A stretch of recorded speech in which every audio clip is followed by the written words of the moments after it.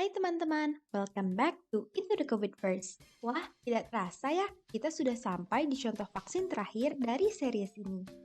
Ya, iya ya, tidak terasa sekali. Sebelum kita mulai, semoga penonton setia Into the COVID First semuanya dalam keadaan sehat dan baik ya. Ngomong-ngomong, vaksin jenis apa nih yang bakal kita bahas hari ini? Hari ini kita akan membahas tentang viral vector vaccine, dan contohnya adalah AstraZeneca vaccine. Kamu masih ingat nggak apa itu viral vector vaccine? Viral vector artinya menggunakan virus jenis lain sebagai vektor atau perantara. Virus yang digunakan sebagai vektor ini adalah tipe virus yang tidak berbahaya dan sudah dimodifikasi untuk mengantarkan instruksi penting untuk sel kita. Wah, keren sekali. Agak-agak seperti kurir yang mengantar barang ya. Wah, ingatan kamu bagus sekali ya. Aku jadi senang deh bahas tipe-tipe vaksin sama kamu. Hehe, iya dong. Tapi aku masih bingung nih tentang cara kerjanya lebih lanjut. Kamu tahu nggak gimana? Jadi, vaksin SARS-CoV-2 tipe ini akan disuntik ke dalam tubuh, kemudian virus vektor akan masuk ke dalam sel tubuh dan menggunakannya untuk membuat spike protein dari SARS-CoV-2. Kemudian, sel tersebut akan menunjukkan spike protein di permukaan sel, sehingga sel imun kita dapat mendeteksi bahwa spike protein tersebut tidak seharusnya berada di sana. Kamu tahu nggak selanjutnya apa yang akan terjadi? Tahu dong, pasti hal ini akan memicu sel imun kita untuk memulai pembuatan antibodi dan juga mengaktifkan sel imun lainnya untuk mengeliminasi benda asing tersebut. Benar, di akhir proses ini, tubuh kita telah belajar bagaimana melindungi kita dari infeksi virus penyebab COVID-19 di masa yang akan datang. Manfaatnya, kita mendapatkan perlindungan ini dari vaksin, tanpa pernah harus mengambil resiko konsekuensi serius dari sakit COVID-19. Ketidaknyamanan sementara yang dialami setelah mendapatkan vaksin adalah bagian alami dari proses dan indikasi bahwa vaksin tersebut bekerja.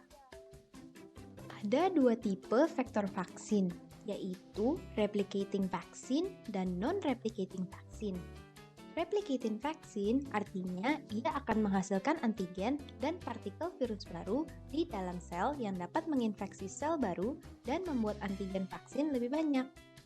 Non-replicating vaccine artinya vektor ini tidak dapat membuat partikel virus baru dan hanya memproduksi antigen vaksin. Oh, begitu ya? Aku mendapat ilmu baru nih. Hehehe. Tahu aku, vaksin tipe ini dikenal memberikan respon imun yang kuat.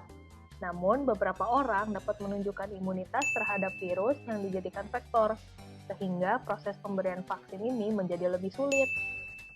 Benar, sekarang aku mau tanya nih, kamu tahu apa aja tentang vaksin AstraZeneca? Vaksin AstraZeneca atau AZD1222 dibuat oleh ilmuwan di Universitas Oxford dan perusahaan AstraZeneca. Vaksin akan diberikan melalui intramuscular injection atau sentikan pada otot lengan atas dengan 2 dosis yang berjarak 8-12 minggu. Sejauh itu kamu sudah benar, AstraZeneca vaksin adalah non-replicating vaksin. Jadi, hanya antigen vaksin yang diproduksi di dalam tubuh kita. Oh iya, kamu juga tidak perlu khawatir karena vaksin tipe ini tidak dapat terintegrasi atau mengubah genom kita.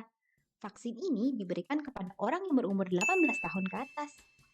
Oh iya, kayaknya di episode-episode sebelumnya kamu membahas tentang tingkat efikasi vaksin.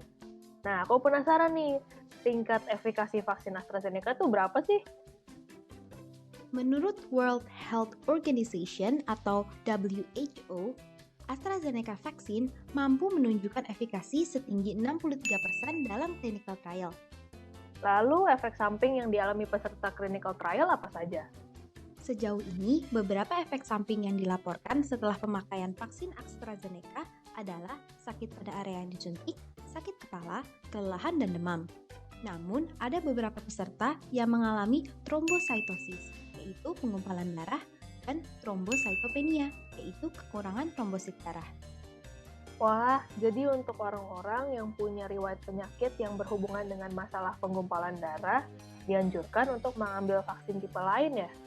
Betul. Ngomong-ngomong, vaksin ini sudah diizinkan untuk beredar oleh Badan POM loh. Berdasarkan situs resmi MUI, AstraZeneca vaksin mengandung tripsin yang diekstrak dari pankreas babi. Namun, Fatwa MUI nomor 14 tahun 2021 tetap memperbolehkan penggunaan vaksin AstraZeneca dalam keadaan darurat. Sekian materi hari ini. Terima kasih teman-teman Into the Covidverse yang sudah menonton sampai episode kali ini. Stay tune terus untuk episode spesial minggu depan yang sudah pasti seru dan berbeda dari episode lainnya. Stay safe, Stay healthy. and stay happy. See See ya! ya!